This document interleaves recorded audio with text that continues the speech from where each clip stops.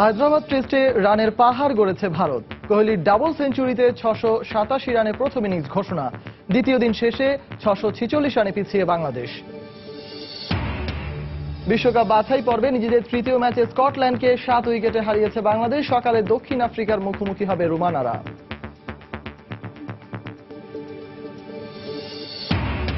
BCL এর তৃতীয় রাউন্ডে সকালে সাভারে মধ্যাঞ্চলের মুখোমুখি হবে দক্ষিণাঞ্চল।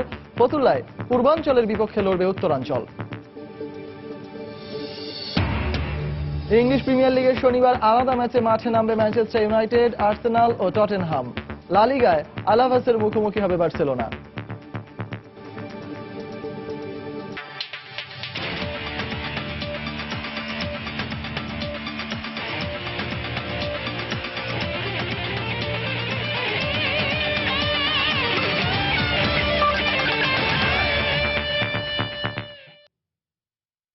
মাঠ ও মাঠের বাইরে বিশ্বের নানা প্রান্তের খেলাধুলার খবর নিয়ে আমাদের নিয়মিত আয়োজন খেলার সময়। আর এই আয়োজনে আপনাদের সঙ্গে আছি আমি সজল মিত্র রিচার্ড। দর্শক, হায়দ্রাবাদে চলমান বাংলাদেশ ও ভারতের মধ্যকার একমাত্র টেস্ট নিয়ে আজ কথা বলতে আমাদের স্টুডিওতে উপস্থিত আছেন বাংলাদেশ জাতীয় দলের সাবেক ক্রিকেটার নিয়ামুর রশিদ রাহুল। রাহুল ভাই, আপনাকে আমাদের স্টুডিওতে স্বাগত। ধন্যবাদ। খুব সহজেই অনুমেয় যে আসলে আমরা কি বিষয়ে আলোচনা করতে যাব। তো সেই আলোচনায় যাওয়ার আগে আজকে যে সারা দিনটা কেটেছে সেই সারা দিনের একটা প্রতিবেদন আমরা দেখে তারপরে আপনার সাথে আলোচনায় ফিরব। শুরুতেই বাংলাদেশ ভারত টেস্ট প্রসঙ্গ। বাজে ফিল্ডিং এর মাসুলটা ভালোভাবেই দিতে হচ্ছে বাংলাদেশকে। দ্বিতীয় দিনে বিরাট কোহলির ডাবল সেঞ্চুরি ও ঋদ্ধিমান সাহার সেঞ্চুরিতে রানের পাহাড়ে চাপা পড়েছে মুশফিকরা। 687 রানে ইনিংস ঘোষণা করা ভারতের চেয়ে দ্বিতীয় দিন শেষে 646 রানে পিছিয়ে বাংলাদেশ। জবাব দিতে নেমে সৌম্য সরকারের উইকেট হারিয়ে 41 রান সংগ্রহ করেছে সফরকারীরা। এস এম সালাউদ্দিনের ক্যামেরায় ভারত থেকে আরো জানাচ্ছেন নিয়ামতুল্লাহ বাবু। শুরুটা হয়তো পুরো দিনের কথাই বলবে। আগের দিনের 356 রানের সাথে অপরাজিত অধিনায়ক বিরাট কোহলি আর আজিঙ্কা রাহানে যখন ব্যাটিং শুরু করলেন তখনই পাহাড়সম রানের সংগ্রহের ইঙ্গিত ছিল স্পষ্ট। তবে মধ্যাহ্ন বিরতির আগে দলীয় 456 রানে যখন আজিঙ্কা রাহানে তাইজুলের বলে মিরাজের দুর্দান্ত ক্যাচে তালুবন্দী হয়ে প্যাভিলিয়নের পথে হাঁটা ধরলেন, ততক্ষণে তার নামের পাশে জলজল করছে 82 রান। এরপর ডাবল সেঞ্চুরির দিকে এগোতে থাকা কোহলির বিপক্ষে 116তম ওভারে মিরাজের বলে এলবিডব্লিউর আবেদনে আম্পায়ার সাড়া দিলেও ভারতের নেয়া প্রথম রিভিউ আবেদন টাইগারদের পক্ষে কথা বলেনি। অভিজ্ঞ মুশফিকের গ্লাভস কাঁচা হাতের মতো কাজ করলে জীবন ফিরে পান টিম ইন্ডিয়ার উইকেট রক্ষক ব্যাটসম্যান ঋদ্ধিমান সাহা। তাকে স্ট্যাম্পিং এর সুযোগ হারানোর পর থেকেই যেন টাইগার বোলারদের কাছে অবাধ্য হয়ে ওঠেন এই মিডল অর্ডার ব্যাটসম্যান।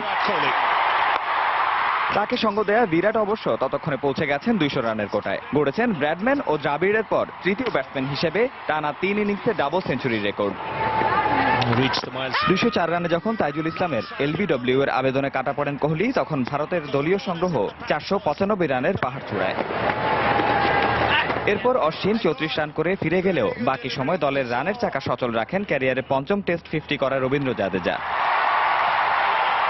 এরপর ঋদ্ধিমান সাহার ক্যারিয়ারের দ্বিতীয় টেস্ট সেঞ্চুরির সুবাদে শেষ পর্যন্ত টানা 3 ইনিংসে বিশ্ব ক্রিকেটের প্রথম দল হিসেবে 600-র বেশি রানের দলীয় বিশ্ব রেকর্ড গড়ে টেস্ট র্যাঙ্কিং এর শীর্ষে থাকা টিম ইন্ডিয়া।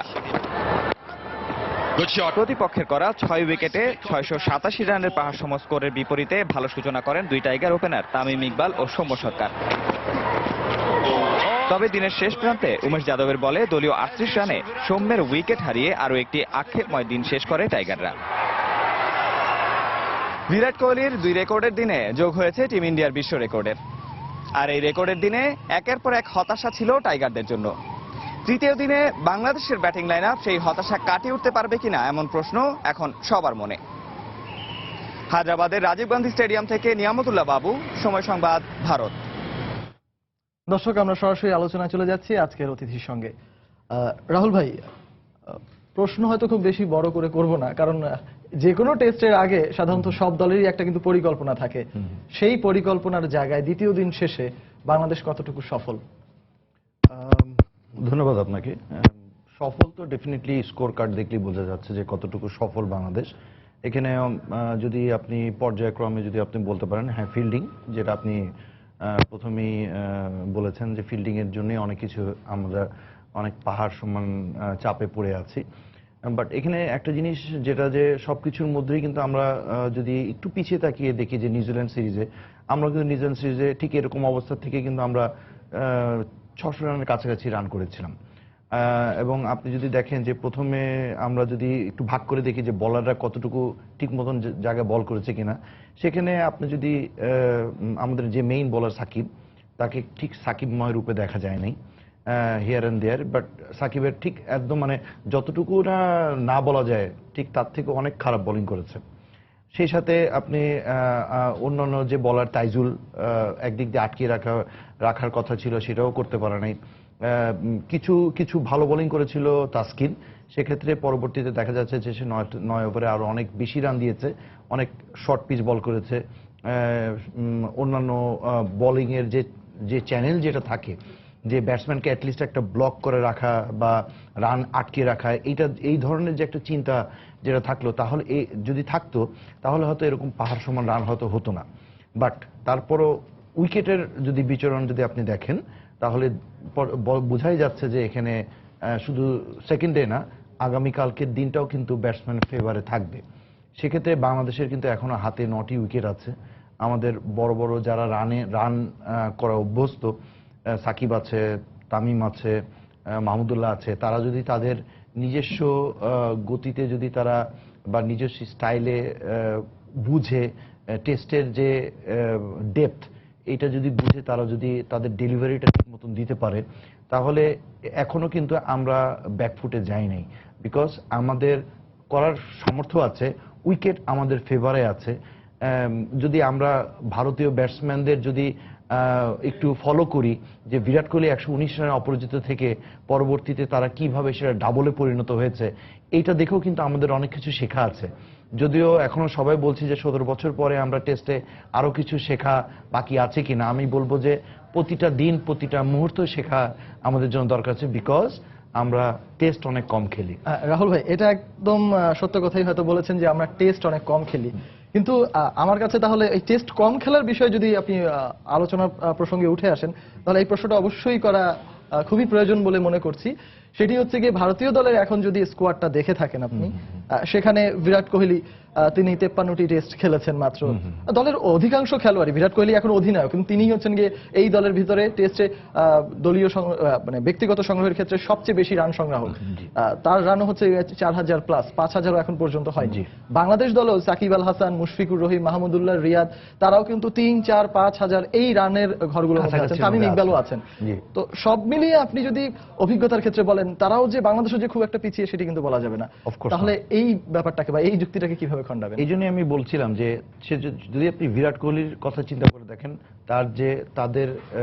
তার যে মানসিকতা, এই মানসিকতা কিন্তু তার অন্যান্য যারা সতীর্থ যারা ছিল, সিনিয়র প্লেয়ার ছিল, তারা কিন্তু অনেকটাই তাদেরকে ব্যাকআপ দিয়েছে, যেটা আমাদেরও কিন্তু এখন দেওয়া উচিত, বা আমাদেরও কিন্তু যারা পূর্বসূরি ছিল তারাও দিয়েছে।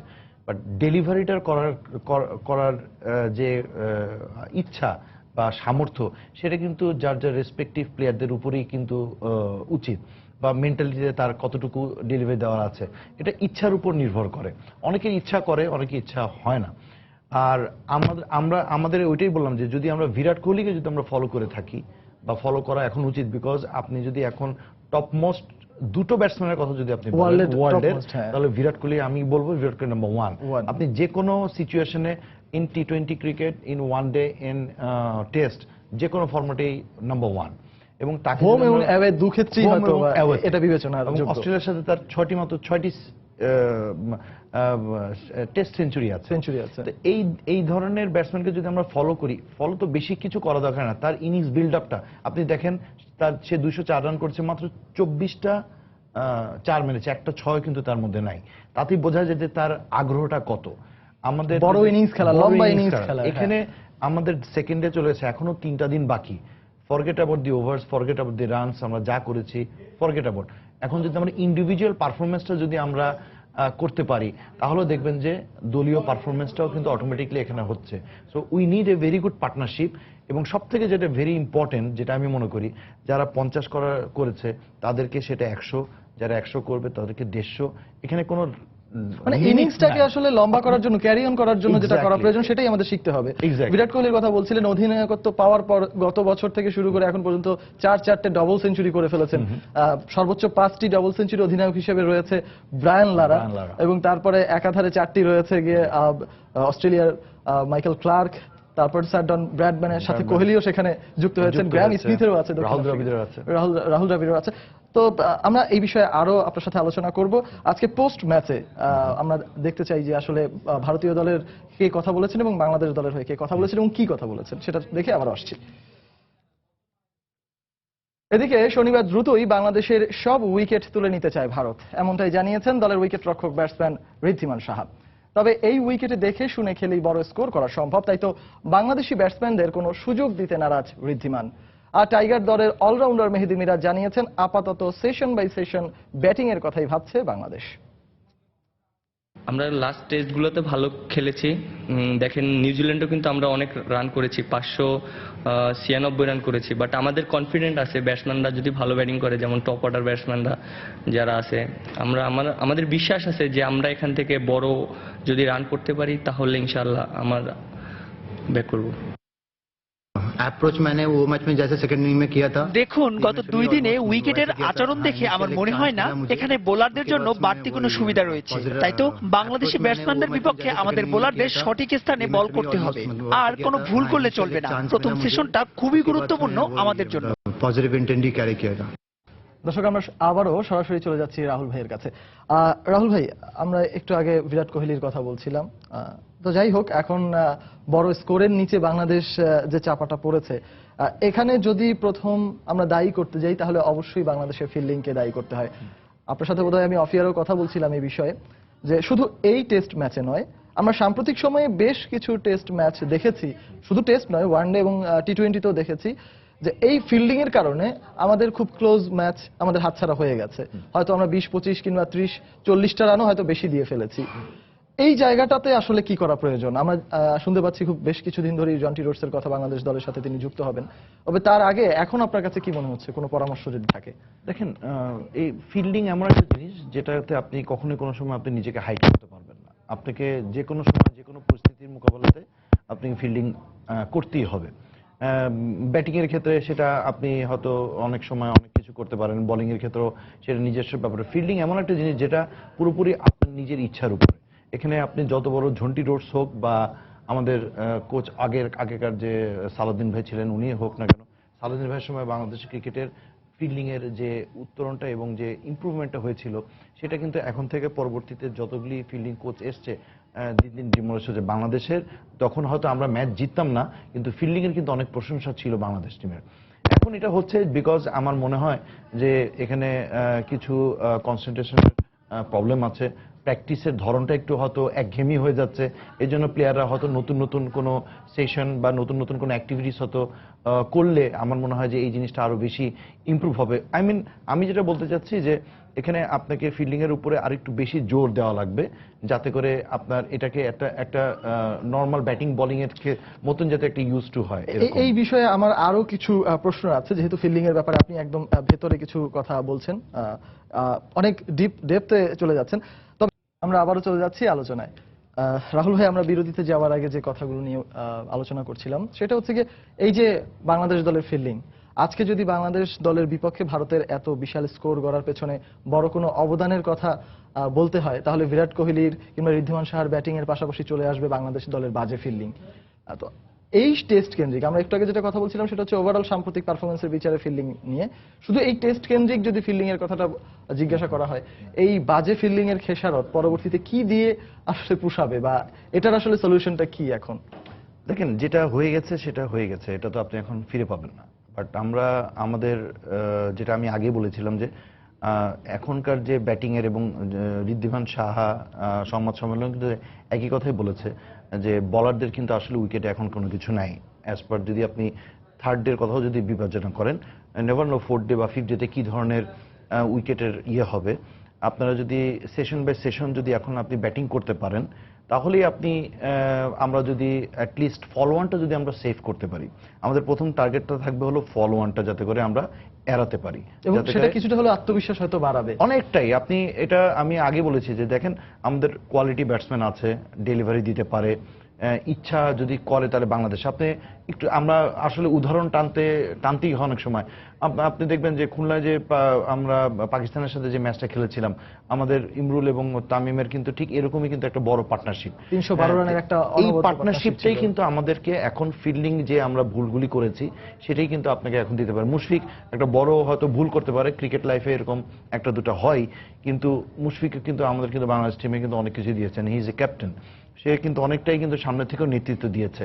আমার মনে হয় যে মুশফিকেরও কিন্তু এখন এটাই ফিরিয়ে দেওয়ার একটা বড় একটা সুযোগ, যে তার যে এখন সাম্প্রতিক ফর্ম আছে, নিউজিল্যান্ডে সেঞ্চুরি করেছে, Shakib also he is in good form.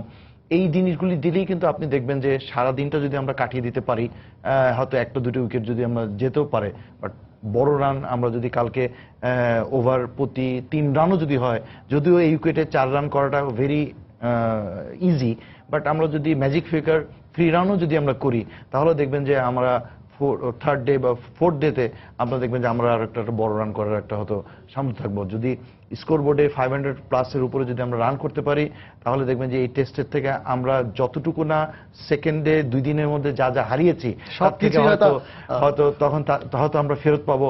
আজকে হয়তো আপনি যে ধরনের কোশ্চেন করছেন, উল্টো হয়তো question আরো করতে হবে। উল্টো কোশ্চেন করবেন। না, সেটা কিন্তু অবশ্যই আপনি যেভাবে প্রত্যাশা করেন, বাংলাদেশের সব ক্রিকেট ভক্তরাও সেটা প্রত্যাশা করে, এবং হয়তোবা আমিও সেটাই প্রত্যাশা করি। কিন্তু সেই জায়গাটা থেকে আসলে সমালোচনা নয়, মানে গঠনমূলক সমালোচনা হয়তোবা শোধরানোর জন্য, ধরিয়ে দেওয়ার জন্যই হয়তো আমরা সমালোচনাগুলো করছি। আপনি যে কথাগুলো বলছিলেন, সাম্প্রতিক সময়ে যদি বাংলাদেশের ফর্মের বিচারে আসি, তাহলে নিউজিল্যান্ডের উইকেটে গিয়ে যেটা একেবারে আনপ্রেডিক্টেবল, যে ধরনের উইকেট সাধারণত ব্যাটসম্যানদের বিপক্ষে কথা বলে, সেই ধরনের উইকেটেও কিন্তু বাংলাদেশ বিশাল বড় একটা দলীয় সংগ্রহ করেছে।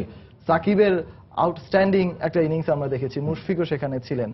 ভারতের এই উইকেটে এখন আপনি বলছিলেন সেশন বাই সেশন, আমাদের আজকে মেহেদী মিরাজ পোস্ট ম্যাচে কনফারেন্সে তিনিও কিন্তু বলেছেন সেশন বাই সেশন। এখন আপনার কাছে কি মনে হচ্ছে যে সকালটা কিভাবে শুরু করা উচিত? প্রথম সেশনটা কতটুকু গুরুত্বপূর্ণ? খুবই ইম্পর্টেন্ট। প্রথম 10টা ওভার 15টা ওভার অনেক ইম্পর্টেন্ট। যদি আমরা সকালে ওয়েদারটা কিন্তু একটু বল সুইং করছিল, আজকেও কিন্তু অনেক বল সুইং করেছে, বল কিন্তু এখনো নতুনের মতনই আছে, বেশি ওভার কিন্তু খেলা হয়নি। সেক্ষেত্রে এখানে কালকে যদি আমরা প্রথম 10 থেকে 15 ওভার যদি আমরা কাটিয়ে দিতে পারি, আই মিন এক ঘন্টা ইটস ভেরি ইম্পর্টেন্ট। এই একটা ঘন্টা যদি আমাদের ব্যাটসম্যানরা সার্ভাইভ করতে পারে, বল যত পূরণ হবে তত ভালো। বাট এখানে বলে রাখা ভালো, অনেক এক্সপিরিয়েন্স বলার ভারতীয় টিমের মধ্যে আছে। এই জন্য আমাদের অ্যাটাকিংটা না, যে আমাদের বল বাই বল এবং সেশন বাই সেশন যদি আমরা করতে পারি, একটা প্ল্যান ওয়ান যদি আমাদের কাজ না হয়, হয়তো প্ল্যান বিতে আমরা যেতে পারবো, প্ল্যান বি না হলে প্ল্যান সিতে যাব। এটাই কিন্তু আসলে টেস্ট এবং সেশন বাই সেশনের কিন্তু আমাদের মূল লক্ষ্য। আচ্ছা, এই উত্তরটার সাথে আমি ছোট্ট করে আরেকটা কোশ্চেন করতে চাই, এবং খুব ছোট্ট করে উত্তরটা আমরা আশা করি। সেটি হচ্ছে গিয়ে, আপনি বলছিলেন যে হচ্ছে গিয়ে উইকেটে কিন্তু তৃতীয় দিনও হয়তো ব্যাটসম্যানদের পক্ষে কথা বলবে। আমরা কিন্তু আজকে মেহেদী মিরাজের এবং তাইজুলের অনেকগুলো বলের খুব বড় বড় টার্ন দেখেছি, এবং যেটাতে ভারতীয় ব্যাটসম্যানরা বেশ কিছু সময় বিব্রত বোধ করেছেন। অশ্বিন এবং জাদেজা তারাও কিন্তু ভয়ঙ্কর বোলার, তো তাদের ক্ষেত্রে আসলে তারা যে কালকের দিনে উইকেটে আরো ফাটল পাবেন না, উইকেটে আরো স্পিন পাবেন না, তার গ্যারান্টিটা আসলে কে দেবে? সেটা আসলে বলাটা খুবই টাফ, বাট ধরনটা আপনার মনে করতে হবে যে যেভাবে ভারতীয় ব্যাটসম্যানরা আমাদের উপর চড়াও হয়েছে, হ্যাঁ ডেফিনেটলি আমাদেরও কিন্তু তাইজুল আপনি দেখবেন যে ও কিন্তু সব থেকে অনেক ভালো বল করছে, ওর বলটা কিন্তু কোহলি বা ঋদ্ধিমানরা কিন্তু অনেক রেসপেক্ট করে খেলেছে, রান দিয়েছে ঠিকই, কিন্তু ও কিন্তু ভালো জায়গায় বল করেছে। এটি কিন্তু আমাদের সবচেয়ে প্রাপ্তি। আপনি দেখবেন যে ঋদ্ধিমান সাহা কিন্তু একটা কথা বলেছে যে বলারদের কিন্তু এখানে তেমন কোনো কিছু নাই, ভালো জায়গায় যদি ঠিক মতন বল করতে পারে তবেই ব্যাটসম্যানকে আসলে পরীক্ষায় ফেলা সম্ভব। এবং ব্যাটসম্যান যদি ভুল করে, কম যদি ভুল করে, তাহলে দেখবেন যে আমরা হয়তো বেটার সিচুয়েশনে চলে আসতে পারবো। ভুল যতটুকু কম করা যাবে, টেস্ট মানে কিন্তু আলটিমেটলি এটাই আসলে সেই পরীক্ষা আপনি ভালো দিবেন, ততই আপনি উত্তরণ, মানে পরীক্ষায় ভুলের পরিমাণ যত কম হবে ততই হয়তো বা ফলাফল নিজেদের ফেভারে আসবে। রাহুল ভাই, এত রাতে এসে আমাদেরকে সময় দেওয়ার জন্য আপনাকে অসংখ্য ধন্যবাদ। সময়কেও ধন্যবাদ। ভারতের বিপক্ষে ঐতিহাসিক টেস্টে স্বাগতিকদের রানের পাহাড়ে চাপায় অনেকটাই দিশেহারা টাইগাররা। নিউজিল্যান্ড সিরিজে জাতীয় দলে থাকা পেসার রুবেল হোসেন এই টেস্টে না থাকায় সময়গুলো কাটাচ্ছেন অফুরন্ত অবসরের মধ্য দিয়ে। তবে বিসিএল এর সাম্প্রতিক পারফরমেন্স ভরসা দিচ্ছে তাকে। তার প্রত্যাশা, ধারাবাহিকতা ধরে রাখতে পারলে আবারও নির্বাচকদের নজরে আসবেন বাগেরহাটের এই pacer. Tiger pacer Rubel Hossain 2015 বিশ্বকাপে ইংল্যান্ডের বিপক্ষে দুটি জাদুকরী ডেলিভারি এদেশের ক্রিকেট প্রেমীদের চোখে সবসময়ের জন্যই একেবারে জীবন্ত। যে দুটি ডেলিভারিতে আনন্দের জোয়ারে ভেসেছে গোটা বাংলাদেশ। এরপরও তার বিধ্বংসী বোলিংয়ে প্রকম্পিত হয়েছে বিশ্বের বিভিন্ন প্রতিষ্ঠিত ব্যাটিং লাইন আপ। বিপিএল এ নজর কাড়া বোলিং তাকে জায়গা করে দিয়েছিল নিউজিল্যান্ডের বিপক্ষে সিরিজে, কিন্তু নির্বাচকদের প্রত্যাশা পূরণে কিছুটা হলেও ব্যর্থ তিনি। ভারতের বিপক্ষে একমাত্র টেস্ট খেলতে টাইগাররা এখন হায়দ্রাবাদে, আর ঠিক তখন আবারও লাল সবুজের জার্সি গায়ে জড়াতে রুবেল যুদ্ধ করে যাচ্ছেন বিসিএল এর মঞ্চে। তবে কোহলি রাহানাদের বিপক্ষে আগুন ঝরা বোলিং না করতে পারার বেদনায় মেঘ জমেছে মনের কোনায়। যেহেতু আমি টিমে নাই সেহেতু অবশ্যই তো একটু খারাপ তো লাগবে, কারণ আমি তো অনেকদিন ধরে ন্যাশনাল টিমে আছি, তো অবশ্যই তো একটু খারাপ লাগারই কথা। ভারতের বিপক্ষে স্কোয়াডে না থাকলেও আশাহত নন বাগেরহাটের এই পেসার। বিসিএল এ দক্ষিণাঞ্চলের হয়ে জাত চেনাচ্ছেন ওয়ানডেতে 59 ম্যাচে 88 উইকেট পাওয়া এই বোলার। এক ম্যাচে 6 উইকেট নিয়ে আবারও নজর কেড়েছেন তিনি। ধারাবাহিকতা ধরে রাখতে পারলে আবারও নির্বাচকদের নজরে আসবেন রুবেল হোসেন, এমনটাই প্রত্যাশা তার। আমার টার্গেট থাকবে বিসিএল, আমি যে কটা ম্যাচ খেলবো না কেন আমি এখানে খুব ভালো পারফর্ম করব, তো এটাই তো। আর অবশ্যই সিলেক্টররা দেখতেছে, কারণ তারা তো সবকিছুই দেখে, তো এখানে অবশ্যই ভালো পারফর্ম করলে হয়তো আমার অবশ্যই সুযোগ থাকবে। লাল সবুজের জার্সিতে আবারও বল হাতে রুবেল গর্জন তুলবেন গ্যালারি জুড়ে, এমন প্রত্যাশা তার ভক্তদেরও। তারেক হাসান শিমুল, সময় সংবাদ, ঢাকা। এবার জানাবো বিসিএল এর খবর। বাংলাদেশ ক্রিকেট লিগ বিসিএল এর তৃতীয় রাউন্ডে মধ্যাঞ্চলের মুখোমুখি হবে দক্ষিণাঞ্চল। সাভারে বিকেএসপিতে দু দলের এই ম্যাচটি শুরু হবে সকাল 9:30টায়। এই ম্যাচ জিতে পয়েন্ট টেবিলের শীর্ষে ওঠার লক্ষ্য দক্ষিণাঞ্চলের কোচ খালেদ মাসুদ পাইলট ও অধিনায়ক আব্দুর রাজ্জাকের। আরেক ম্যাচে ফতুল্লাহ খান সাহেব ওসমান আলী স্টেডিয়ামে পূর্বাঞ্চলের বিপক্ষে লড়বে উত্তরাঞ্চল। সিলেট আন্তর্জাতিক স্টেডিয়ামে দ্বিতীয় রাউন্ডের এই ম্যাচে পূর্বাঞ্চলের অহম চূর্ণ করে আত্মবিশ্বাসের তুঙ্গে এখন দক্ষিণাঞ্চল। তুষার ইমরান, এনামুল বিজয়, জিয়াউর রহমান ও সোহাগ গাজীর দাপুটে ব্যাটিংয়ে ইনিংস ও 44 রানে বিধ্বস্ত হয়েছিল অলোক কাপালির দল। বল হাতেও দাপট দেখিয়েছেন অভিজ্ঞ রাজ্জাক ও রুবেল হোসেন। এবার দারুণ সে জয়ের সৌরভ তৃতীয় রাউন্ডেও মধ্যাঞ্চলের বিপক্ষে ছড়িয়ে দিতে চায় দক্ষিণাঞ্চল। শাহরিয়ার নাফিস, কাটার মাস্টার মুস্তাফিজ, রুবেল, সোহাগ গাজী সহ এক ঝাঁক তারকার সমাবেশ দক্ষিণাঞ্চলে। এখন পর্যন্ত 2 ম্যাচে 147 রান নিয়ে সবচেয়ে বেশি রান করা ব্যাটসম্যানদের তালিকায় ষষ্ঠ স্থানে আছেন ফজলে মাহমুদ। দক্ষিণাঞ্চলে জিয়ার সংগ্রহ 129 রান। বল হাতেও 2 রাউন্ডে 7টি করে উইকেট নিয়েছেন দক্ষিণাঞ্চলের রাজ্জাক ও সোহাগ গাজী। প্রতিপক্ষ মধ্যাঞ্চল দ্বিতীয় রাউন্ডে ইনিংস ও 50 রানে উত্তরাঞ্চলের কাছে হেরেছে, তাই মধ্যাঞ্চলের বিপক্ষে জয়ের ব্যাপারে আত্মবিশ্বাসী দলের কোচ ও অধিনায়ক। এখনো অনেক খেলা বাকি, 4টা খেলা, 4 ডে ম্যাচ, 4টা অনেক পয়েন্টের ব্যাপার আছে। নেক্সট ম্যাচগুলো আমাদের ভালো খেলতে হবে এবং পরবর্তী ম্যাচ আছে আমাদের যে টিমের সাথে আমরা চেষ্টা করবো যে ভালো পয়েন্টস নেওয়া, কারণ প্রত্যেকটা পয়েন্টসই খুব ইম্পর্টেন্ট ভালো জায়গায় যাওয়ার জন্য। কোনো দলকে ছোট করার নাই, তারা অবশ্যই ভালো দল, হয়তো এই 2টা ম্যাচ তারা ভালো করতে পারে নাই। আমাদের টার্গেট হচ্ছে যে আমরা চেষ্টা করব অল দ্য ওয়ে 1 নম্বর হয়ে থাকতে, যদিও এখনো আমাদের সেই ফুলফিল হয়নি, বিকজ আমরা 2 নম্বরে আছি টেবিলে। তো আমরা চেষ্টা করব, আর সব শেষ চেষ্টা থাকবে যেটা হচ্ছে আমরা চ্যাম্পিয়ন হয়ে যেন আমরা শেষ করতে পারি। দিনের আরেক ম্যাচে ফতুল্লাহ খান সাহেব ওসমান আলী স্টেডিয়ামে পূর্বাঞ্চলের বিপক্ষে লড়বে উত্তরাঞ্চল। 2 ম্যাচে 10 পয়েন্ট নিয়ে শীর্ষে আছে উত্তরাঞ্চল। 8 পয়েন্ট নিয়ে তাদের ঘাড়ে নিঃশ্বাস ফেলছে রাজ্জাকের দল। তাই এ ম্যাচে পূর্বাঞ্চলকে হারিয়ে শীর্ষস্থান ধরে রাখার আশা জহুরুল ইসলামের দলের। আগের ম্যাচে সেঞ্চুরি করেছেন জুনায়েদ সিদ্দিক ও নুরুল হাসান। সে পারফরমেন্সের ধারাবাহিকতা এ ম্যাচেও ধরে রাখতে চায় উত্তরাঞ্চল। পারভিন আক্তার, সময় সংবাদ। খেলার সময় আরো থাকছে মাগুরায় বঙ্গবন্ধু কাপ ফুটবল টুর্নামেন্টের সেমিফাইনাল থেকে বিদায় আবাহনীর। ফাইনালে শেখ রাসেলের বিপক্ষে লড়বে বাংলাদেশ নৌবাহিনী।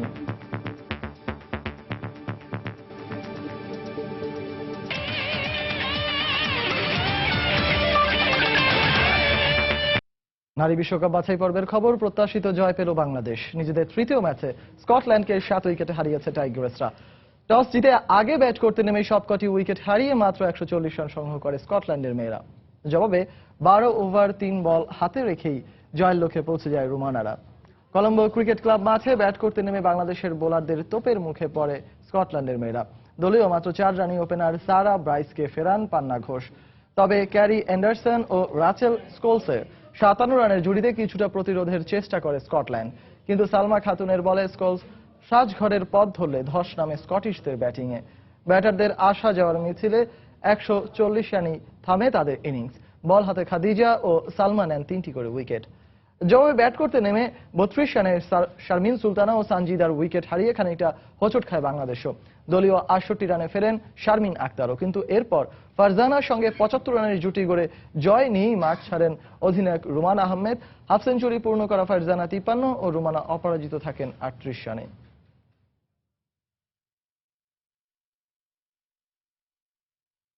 এদিকে স্কটল্যান্ডের বিপক্ষে দারুণ জয়ের উদযাপনটা সংক্ষিপ্তই করতে হচ্ছে রোমানাদের। বিশ্বকাপ বাছাই পর্বের গ্রুপ পর্বে শনিবার নিজেদের চতুর্থ ও শেষ ম্যাচে দক্ষিণ আফ্রিকার বিপক্ষে মাঠে নামবে বাংলাদেশের মেয়েরা। ম্যাচটি শুরু হবে বাংলাদেশ সময় সকাল 10:30টায়। এবার দেশের হকির খবর। ওয়ার্ল্ড হকি লিগের রাউন্ড 2তে বাংলাদেশের প্রাথমিক লক্ষ্য থাকবে আসরের সেমিফাইনাল নিশ্চিত করা। তবে 4 মার্চ শুরু হতে যাওয়া টুর্নামেন্টের আগে দক্ষিণ আফ্রিকা গিয়ে প্রস্তুতি ম্যাচ খেলার বদলে ঘরের মাঠেই সে ব্যবস্থা করা হলে তা আরো ভালো হতো বলে মনে করেন খেলোয়াড়রা। শুক্রবার এসব কথাই বলেন দলের গোলরক্ষক অসীম গোপ। ঘরের মাঠে ওয়ার্ল্ড হকি লিগের রাউন্ড 2, যার জন্য প্রস্তুতিটাও প্রায় শেষ পর্যায়ে। এবার পালা পরীক্ষা দেবার। তার আগে অবশ্য নিজেদের কিছুটা ঝালিয়ে নেওয়ার সুযোগ পাচ্ছেন আশরাফুল, অসীম গোপরা। কিন্তু আপত্তিটা সেখানেই, খেলাটা দেশের মাটিতে হলেও তার প্রস্তুতিটা হতে যাচ্ছে পুরো ভিন্ন এক কন্ডিশনে।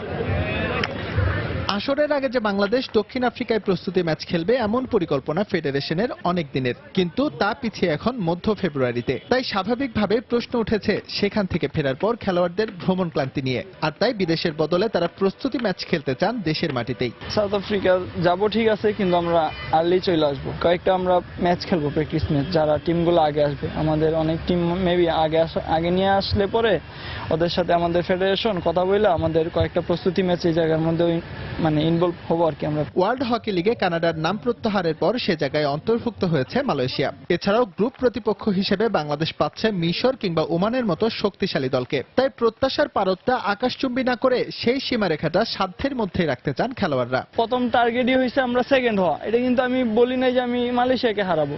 আমরা আমাদের লেভেলের টিমগুলোর সাথে ফাইট দেবো, হারাবো, তারপর সেকেন্ড হবো। এই জন্যই বলতেছি আমাদের টার্গেটগুলো ফুলফিল, আমাদের টার্গেট দেওয়া হয়েছে, আমরা ওইগুলো নিয়েই চিন্তা করতেছি।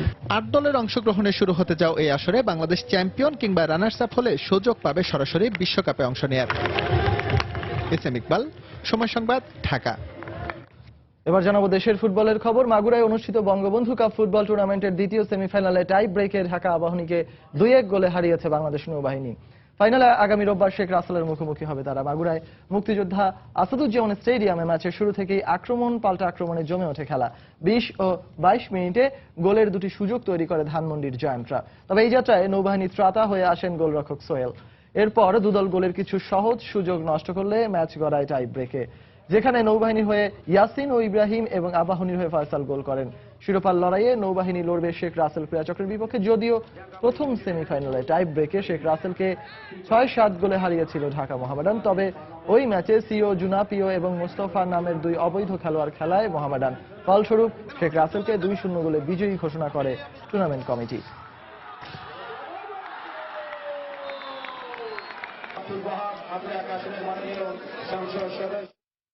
এবার জানাবো ইউরোপিয়ান ক্লাব ফুটবলের খবর। লা লিগায় পয়েন্ট টেবিলে দৌড়ে রিয়াল মাদ্রিদের সঙ্গে লড়াই চালিয়ে যেতে দেপোর্তিভো আলাভেসের বিপক্ষে মাঠে নামবে বার্সেলোনা। প্রথম লেগে এই প্রতিপক্ষের কাছে 2-1 গোলে হেরেছিল বার্সা। নিষেধাজ্ঞার কারণে লুইস সুয়ারেজকে না পেলেও এই হারের শোধটা ঠিকই তুলতে চায় কাতালানরা। ম্যাচটি শুরু হবে শনিবার বাংলাদেশ সময় রাত 11:15টায়। এদিকে বুন্দেসলিগায় রাত 8:30টায় ইঙ্গলস্টাডের মুখোমুখি হবে বায়ার্ন মিউনিখ। লা লিগার সিংহাসনে বসতে প্রথমে দখল করতে হবে পয়েন্ট টেবিলের মসনদটাও। তালিকায় শীর্ষে থাকা রিয়াল মাদ্রিদের চেয়ে 2 ম্যাচ বেশি খেললেও 1 পয়েন্ট পিছিয়ে থাকা বার্সেলোনার ফুটবলারদের তা ভালোই জানা। কিন্তু লিগে টানা 14 ম্যাচ অপরাজিত থাকলেও মাদ্রিদিস্তাদের সঙ্গে যে কিছুতেই পেরে উঠছে না কাতালানরা। জিদান শিষ্যদের ধাওয়া করতে করতে যেন হঠাৎই খেই হারিয়ে ফেলে লুই এনরিকে বাহিনী। কখনো রিয়াল বেতিস, আবার কখনো ভিয়ারিয়ালের সঙ্গে ড্র করে প্রত্যাশিত জয় হাতছাড়া করে বসছে বার্সা। তাই দ্বিতীয় স্তর থেকে লা লিগায় উত্তীর্ণ হওয়া দল দেপোর্তিভো আলাভেসের বিপক্ষেও কাতালানরা পা হড়কানোর ভয় পাচ্ছেন না, সেটি নিশ্চিত করে বলা যায় না। আলাভেস কোচ পেলেগ্রিনো নীরবে গোফে তা দিয়ে মুচকে হাসছেন নিশ্চয়ই। গেল বছর সেপ্টেম্বরে ক্যাম্প নুতে অসাধ্য সাধন করে মেসি নেইমার সুয়ারেজের বার্সেলোনাকে 2-1 গোলে হারিয়ে এসেছে তার দল। ঠিক 5 মাস পর আবারও সেই বার্সার মুখোমুখি হচ্ছে তারা। এই মেন্দিজোরোজ্জায় সবশেষ 3 সফরেই গোলশূন্য থাকতে হয়েছে স্প্যানিশ জায়ান্টদের। সাসপেনশনের কারণে সুয়ারেজ না থাকলেও কোপা দেল রের ফাইনালের প্রতিপক্ষকে যাচাই করে নিতে এবার আর ছাড় দেবে না বার্সা।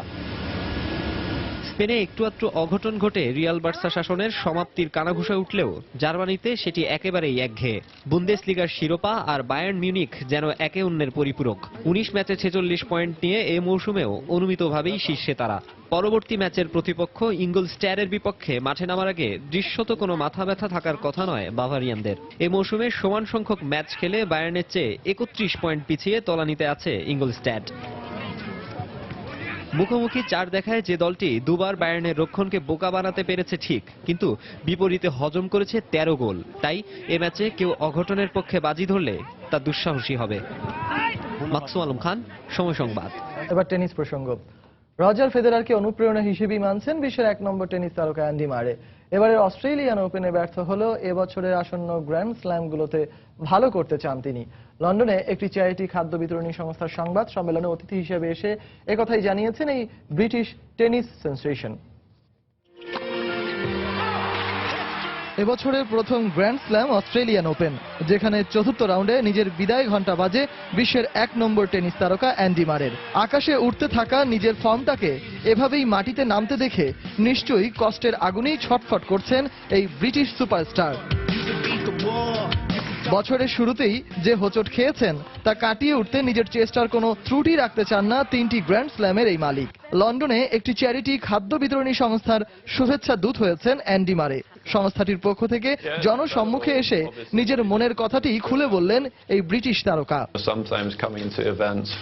আমি জানি বছরের শুরুটা আমার খারাপ হয়েছে, তবে এটি যে সারা বছর থাকবে সেটি কখনোই আমি চাই না। ঘুরে দাঁড়ানোর জন্য আমি আপ্রাণ চেষ্টা করছি এবং করেও যাব। সবারই একটা খারাপ সময় যায়, আমারও হয়তো সেটাই হচ্ছে। এটা নিশ্চিত যে এই দুঃসময় কাটিয়ে আমি উঠবই। এবারের অস্ট্রেলিয়ান ওপেনে রজার ফেদেরারের পারফরমেন্সে অনেকটাই উজ্জীবিত হয়েছেন মারে। ফেদেরারের এই পারফরমেন্স থেকে অনুপ্রেরণা নিয়ে নিজের সুদিন আবারও ফিরিয়ে আনতে চান এই টেনিস সেন্সেশন। ফেদেরার সবার কাছেই একজন আদর্শ, আমার কাছেও তার ব্যতিক্রম নয়। তার খেলোয়াড়ি জীবন সত্যিকার অর্থেই অনুকরণীয়।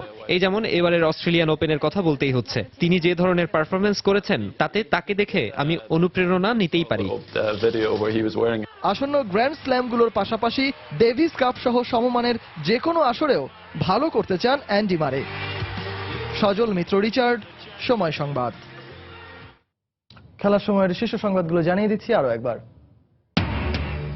হায়দ্রাবাদ টেস্টে রানের পাহাড় গড়েছে ভারত। কোহলি ডাবল সেঞ্চুরিতে 687 রানে প্রথম ইনিংস ঘোষণা। দ্বিতীয় দিন শেষে 646 রানে পিছিয়ে বাংলাদেশ। বিশ্বকাপ বাছাই পর্বে নিজেদের তৃতীয় ম্যাচে স্কটল্যান্ডকে 7 উইকেটে হারিয়েছে বাংলাদেশ। সকালে দক্ষিণ আফ্রিকার মুখোমুখি হবে রোমানারা। বিসিএল এর তৃতীয় রাউন্ডে সকালে সাভারে মধ্যাঞ্চলের মুখোমুখি হবে দক্ষিণাঞ্চল। ফতুল্লায় পূর্বাঞ্চলের বিপক্ষে লড়বে উত্তরাঞ্চল। ইংলিশ প্রিমিয়ার লিগে শনিবার আলাদা ম্যাচে মাঠে নামবে ম্যানচেস্টার ইউনাইটেড, আর্সেনাল ও টটেনহাম। লা লিগায় আলাভেসের মুখোমুখি হবে বার্সেলোনা।